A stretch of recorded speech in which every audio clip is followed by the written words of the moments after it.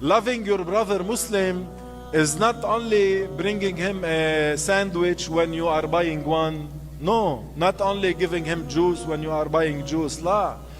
Loving your brother Muslim for real is to love for him the good that you love for yourself, and to hate for him what you hate for yourself. Meaning, you don't gossip in his back, and if you hear somebody gossiping about him, you will make them stop gossiping about him.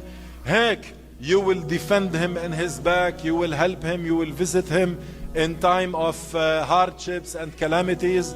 This is how we should be. I tell you something, the one who does that will be very rewarded from Allah if his intention is a sincere one.